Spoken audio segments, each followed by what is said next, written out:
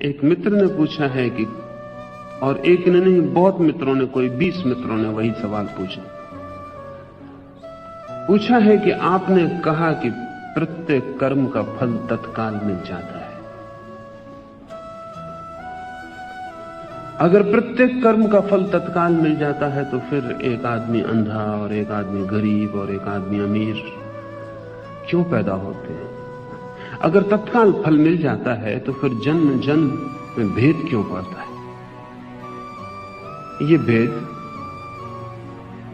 का कारण समझ लें। फल तो तत्काल मिलता है, फिर भी भेद पड़ता है। और भेद इसलिए पड़ता है कि तत्काल मिले हुए फल का जो इकट्ठा जोड़ है वो आप है। उसका जोड़ कहीं किसी ईश्वर के हाथ में नहीं है, वो जोड़ आप है। आप जो भी एक जिंदगी में करते हैं उस सब का परिणाम है। आपने एक जिंदगी में 1000 बार क्रोध किया तो आप वही आदमी नहीं हो सकते जिसने एक भी बार क्रोध नहीं किया।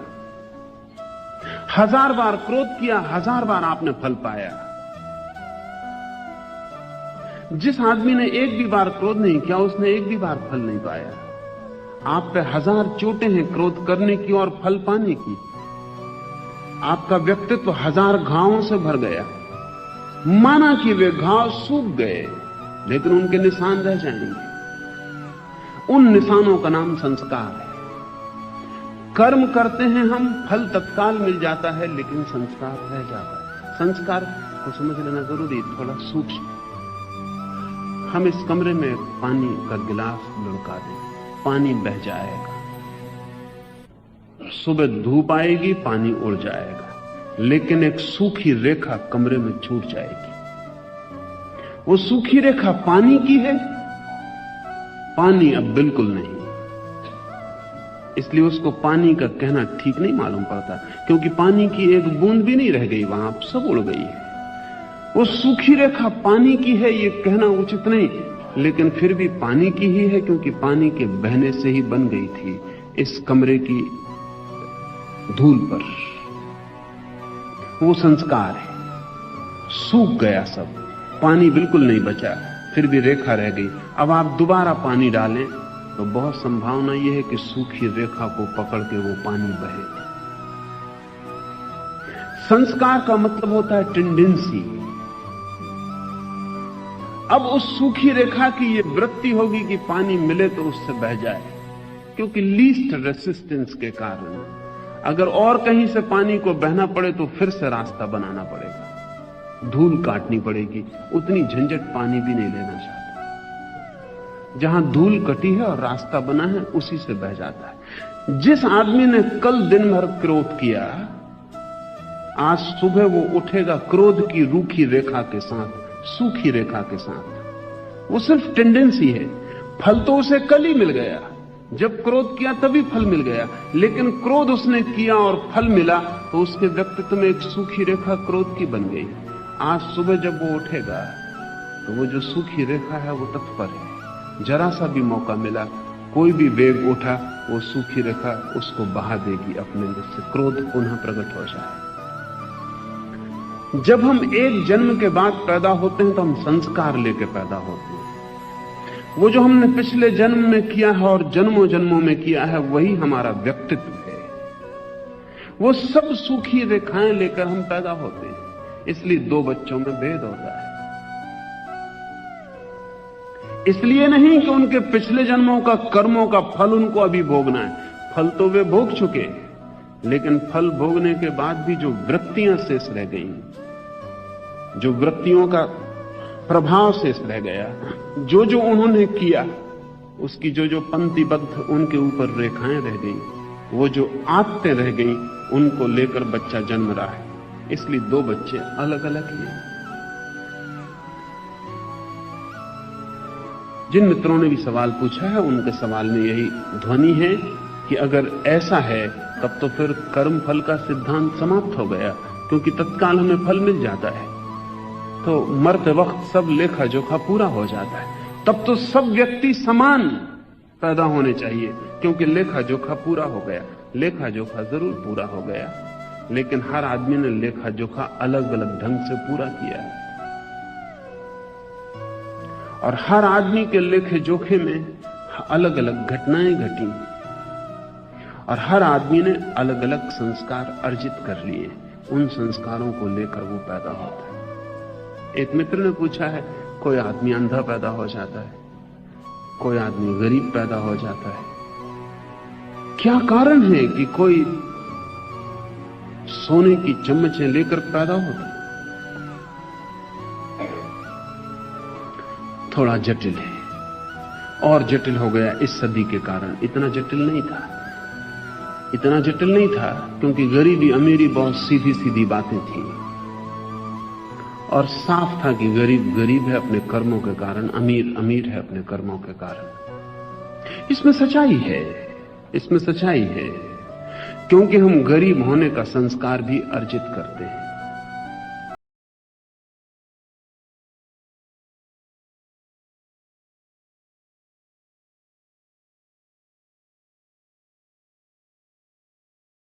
जटिलता इसलिए है कि अब तक जब भी हम गरीब आदमी के बाबत सोचते थे तो अतीत में गरीब आदमी का मतलब था जिसके पास धन नहीं, एक ही मतलब था। लेकिन अब जमीन पर विज्ञान ने बहुत धन पैदा कर लिया। 150 वर्षों में निर्धन आदमी जमीन पर कोई भी नहीं होगा। तब गरीब के नए अर्थ शुरू हो जाएंगे। गरीब नहीं मिटेगा, सिर्फ उससे धन का जो जोड़ था वो मिट जाएगा। गरीब के नए अर्थ शुरू हो जाएंगे। कोई आदमी बुद्धि में गरीब होगा, कोई आदमी स्वास्थ्य में गरीब होगा, कोई आदमी सौंदर्य में गरीब होगा। ध्यान रखें, धन तो मनुष्य जाति का इतने दिनों का जो श्रम है उसके परिणाम में सबको उपलब्ध हो जाएगा। लेकिन तब सूक्ष्मतम दरिद्रताएं प्रकट होनी शुरू हो जाएंगी। जब स्थूल दरिद्रताएं मिटती हैं तो सूक्ष्म दरिद्रताएं शुरू हो जाती। जब सबके पास धन बराबर होता है तो धन की तो बात समाप्त हो गई। लेकिन तब बुद्धि, प्रतिभा, गुण, उनकी दीनता करने लगती। दरिद्रता बड़ा शब्द है, उसकी अभिव्यक्तियां बहुत हो सकती हैं। अब तक जो बड़ी से बड़ी अभिव्यक्ति थी वो धन की थी, भविष्य में जो बड़ी अभिव्यक्ति है वो गुण की होगी। लेकिन ये जारी रहेगा, क्योंकि हम अलग अलग कर्म से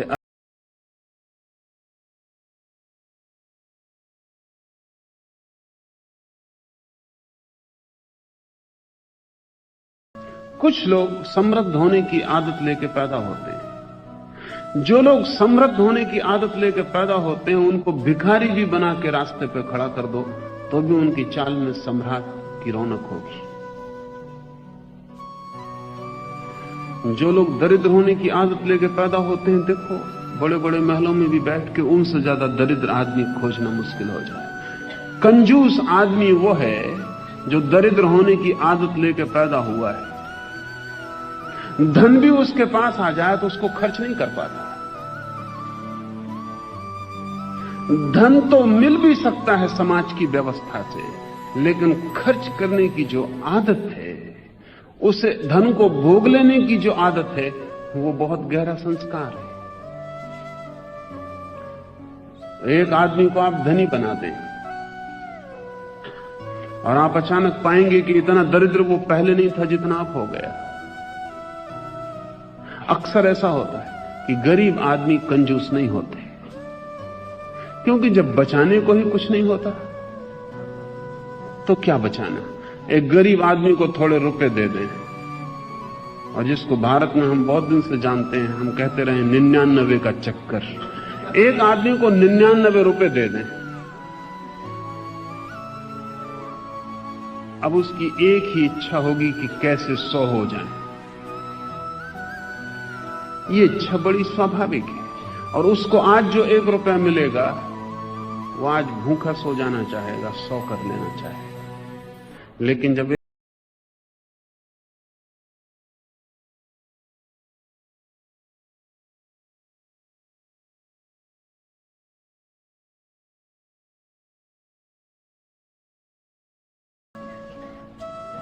एक सम्राट सदा अपने नाई से पूछता था कि तू इतना प्रसन्न कैसे है, तेरे पास कुछ भी नहीं है।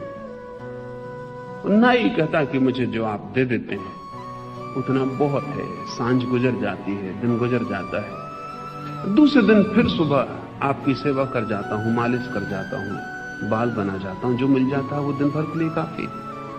फिर अचानक एक दिन सम्राट ने देखा कि नाई उदास है और नाई बड़ा बेचैन है और लगता है रात भर सोया नहीं। सम्राट ने पूछा कि आज तेरे हाथों में ताकत नहीं मालूम पड़ती और रात तू सोया नहीं, ऐसा लगता है तेरी आंखों में नींद है, कहीं तू भी 99 के चक्कर में तो नहीं पड़ गया? उस नाई ने पूछा आपको कैसे पता चला? उसने कहा कि पागल, तू झंझट में मत पड़ना, ये मेरे वजीर की करतूत है, कल उससे मेरा विवाद हो गया। और मैंने कहा कि नाई बड़ा शांत संयमी आदमी, उसने कहा कि कुछ मामला नहीं, सिर्फ 99 उसके पास नहीं। तो उसने मुझसे कहा था आज रात जाके मैं 99 की एक थैली उसके घर में फेंकाऊंगा, सुबह देख लेना। तू पड़ गया झंझट में।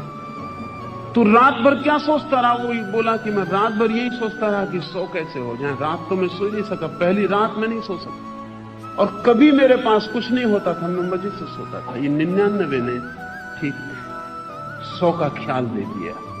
ये वैसे ही जैसे दांत टूट जाए और जीभ वहीं वहीं जाने लगे। वो जो 100 है वो खाली गड्ढा है, जीव वहीं वहीं जाने लगी। रात भर सो नहीं सका। सम्राट ने कहा अगर तू समझ तो 99 की थैली फेंक देनी, तू मरेगा दुख में। हम मर ही रहे हैं पहले से, हमारी तरफ देख। 100 होने से कुछ भी ना होगा, 99 होना खतरा है, 100 होने से कुछ भी ना होगा। फिर एक दफा यात्रा शुरू हो गई तो तू मुश्किल में पड़ जाए। लेकिन उस नाई ने कहा महाराज एक दफा तो जीवन में मौका मिला, 100 तो कर लेने दें। लेकिन उस दिन के बाद नाई कभी सुखी नहीं हो सका, कोई भी नहीं हो सकता। होता क्या है, लोग आदत लेके पैदा होते हैं, परिस्थिति मौका बनती उस आदत के प्रकट होने का या रुक जाने का। धन अब तक परिस्थिति में कम था, इसलिए कुछ लोग गरीब थे, कुछ लोग अमीर थे धन के लिहाज से, और इस वजह से दूसरी गरीबियां दिखाई ही नहीं पड़ती थी। अब दुनिया मुसीबत में पड़ेगी क्योंकि धन की गरीबी परिस्थिति से मिटी जा रही है, मिट जाएगी, और तब आपको पहली दफा पता चलेगा कि और भी गरीबियां हैं जो धन से बहुत गहरी। वैज्ञानिक कहते हैं कि 5% लोग ही केवल प्रतिभाशाली होते हैं, केवल 5%। और ये प्रयोग हजारों तरह से किया गया और ये प्रतिशत 5 से ज्यादा कभी नहीं होता। इसे थोड़ा आप समझिए। ये केवल मनुष्यों तक सीमित नहीं है, जानवरों में भी 5% जानवर कुशल होते हैं, शेष 95%। जो कबूतर चिट्ठी पत्री पहुंचा देते हैं वो 5% कबूतर हैं, 95% नहीं पहुंचा सकते।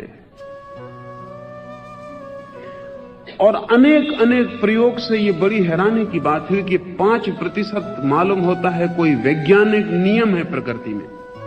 जैसे कि 100 डिग्री पे पानी गर्म होता है, ऐसे 5% प्रतिभा होती है।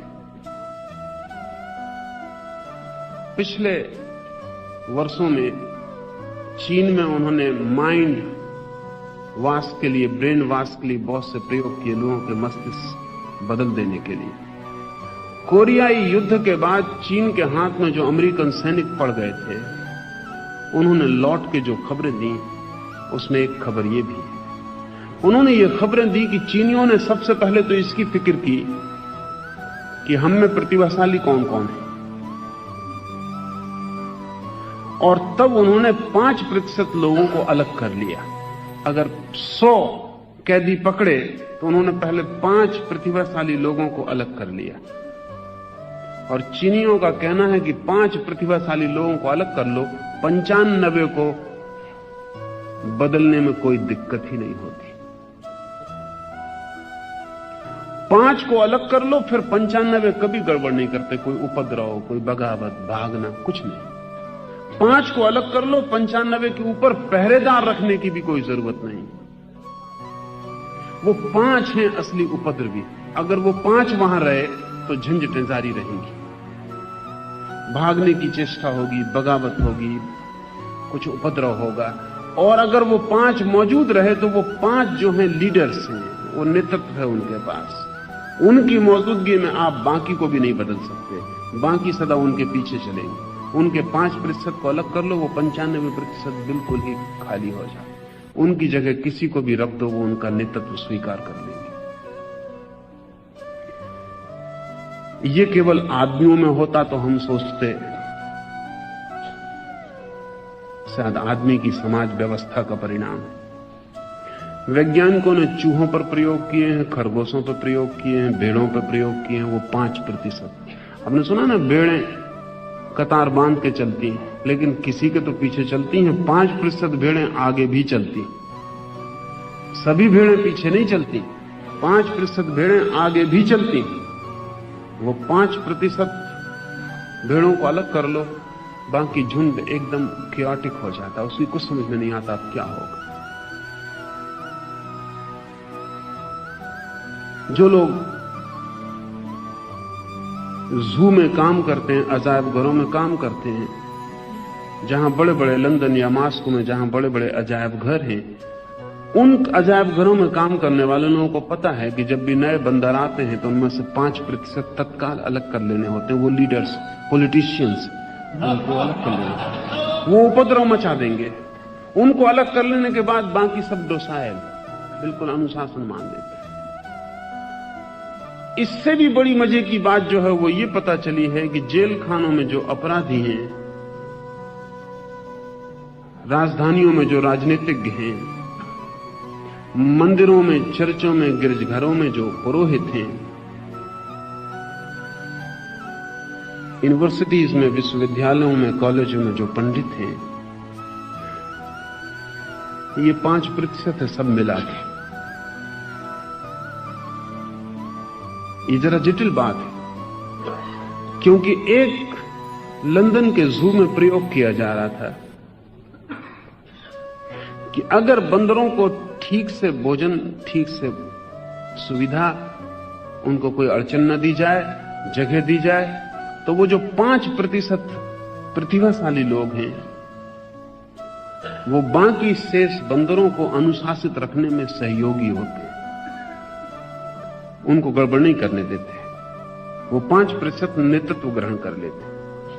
अगर तकलीफ दी जाए, भोजन कम हो, सुविधा कम हो, अड़चन हो, तो वो 5% क्रिमिनल हो जाते हैं, अपराधी हो जाते हैं। और वो 5% बाकी को उपद्रव करवा के हड़ताल या कुछ न कुछ करवाते हैं। वैज्ञानिकों का यह कहना है कि अपराधी और राजनीतिक एक ही सिक्के के 2 पहलू हैं। इसलिए आप कभी देखें, जब तक राजनीतिक ताकत में नहीं होता तब तक वो हड़ताल करवाता है, जब वो ताकत में हो जाता तब वो हड़ताल तोड़वाता है। बड़ी मुश्किल की बात। ये वही बंदर वाला नियम, उसमें कुछ फर्क नहीं है। जब तक राजनीतिक ताकत के बाहर है तब तक वो सब तरह के उपद्रव को क्रांति कहता है। जब वो ताकत में आ जाता, सब तरह की क्रांति को उपद्रव कहता है। जब वो ताकत में होता है तब वो कहता है कि लोग अपराधी हैं जो उपद्रव कर रहे हैं। जब वो ताकत के बाहर होता है तब वो कहता है कि लोग बगावती हैं, विद्रोही हैं। उसकी भाषा बदल जाती है। ताकत में आते से वो अनुशासन की बात करता है और वो कहता है अगर अनुशासन रहेगा तो सुख शांति सब आ जाएगी। ताकत के बाहर कर दो कि वो कहता है बगावत चाहिए, क्रांति चाहिए। बिना क्रांति के कुछ भी नहीं हो सकता, क्रांति से ही सुख आएगा।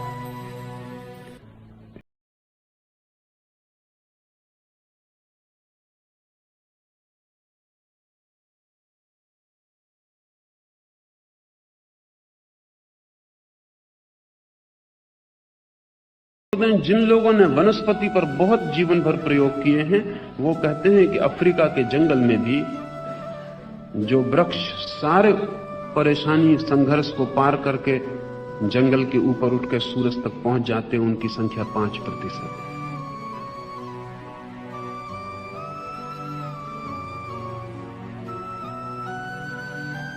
अगर एक पानी का सरोवर हो और उसमें मछलियां हो और आप जहर डाल दें,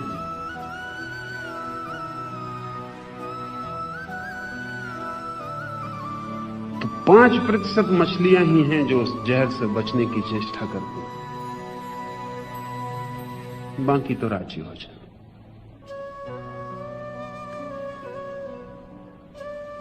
आपके शरीर में जब कोई बीमारी प्रवेश करती है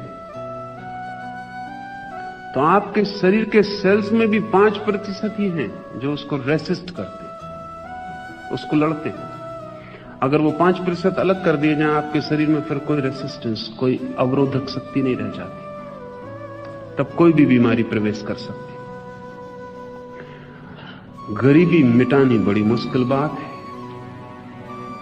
वो 5% किसी ना किसी अर्थ में अमीर होंगे ही। अर्थ बदल सकते हैं। कभी उनकी अमीरी मकान की होगी, कभी उनकी अमीरी ताकत की होगी, कभी उनकी अमीरी ज्ञान की होगी, कभी उनकी अमीरी काव्य की, कला की होगी, लेकिन एक हिस्सा अमीर होगा।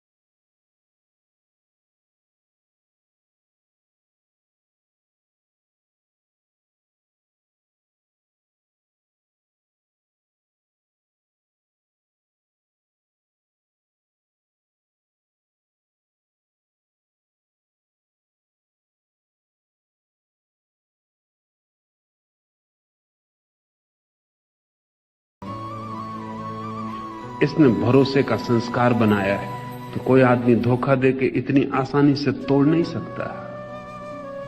बहुत मुश्किल है इसके संस्कार को तोड़ना।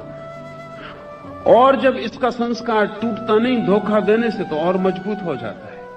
प्रत्येक चीज मजबूत होती है पुनरुक्ति से। आपको कोई धोखा ना भी दे, कोई आदमी आपके कमरे में ऐसे ही चला आए, तो ही जो पहला ख्याल उठता है वो भरोसे का नहीं होता। अभी इसने कुछ किया नहीं, ना आपका गर्दन दबाई, न कोई आपका सामान ले भागा, लेकिन जो पहला ख्याल आपके भीतर उठता है वो ये उठता है कि पुलिस को आवाज दें, क्या करें। ये अभी इसने कुछ भी तो नहीं किया, अभी इसके संबंध में कोई भी निर्णय उचित नहीं है लेना, लेकिन आपने निर्णय गहरे में ले ही लिया। ऐसा है कुछ कि हमें कोई आदमी बुरा है इसके लिए प्रमाण की जरूरत नहीं होती, वो तो हमारे संस्कार से मिल जाती खबर हमें। कोई आदमी भला है तो हमें प्रमाण की जरूरत होती है। गैर भरोसा हमारी आदत है, भरोसा हमारी मजबूरी है। कोई मानता ही नहीं और ऐसा व्यवहार किया जाता है कि हमें भरोसा करना पड़ता है, लेकिन गैर भरोसा हमारी आदत है। आपको लगता है कि आप कभी कभी क्रोध करते हैं, गलती है आपकी। आप क्रोध आपकी आदत है। आप कभी कभी ऐसा होता है जब क्रोध में नहीं होते, लेकिन इतना कम होता है ये कि आपको पता ही नहीं चलता। इसलिए आप सोचते हैं कि कभी कभी आप क्रोध में होते हैं। बस आपका क्रोध ऐसा है कि कभी कभी 100 डिग्री पे उबलता हुआ होता है, कभी ल्यूकवार्म, कुनकुना क्रोध आपको पता ही नहीं चलता, क्योंकि वो आपकी आदत है। वो आप जिंदगी से वैसे ही हैं। कभी कभी जब ये कुनकुना क्रोध भी नहीं होता आप में, तब क्षण भर को आपको झलक मिलती है प्रेम की, अन्यथा नहीं मिलती। फिर कठिनाई यह है कि जितना आपका क्रोध का संस्कार है, उतना ज्यादा आप क्रोध करते हैं। जितना ज्यादा क्रोध करते हैं, उतना संस्कार मजबूत होता चला जाता है। हम अपने ही कारागृहों में बंद होते चले जाते हैं। इसे कहीं से तोड़ना पड़े। 2 बातें ख्याल रखें। एक, अगर मैं कहता कि आपका कर्म का फल आप भोग रहे हैं, तब तो तोड़ने का कोई उपाय नहीं था। समझने पर अगर मैंने कोई कर्म किया है और उसके कारण मैं आज क्रोधित हो रहा हूं, तो मुझे होना ही पड़ेगा, कोई उपाय नहीं। लेकिन मैं कहता हूं कर्म का फल तो तत्काल मिल जाता है, सिर्फ संस्कार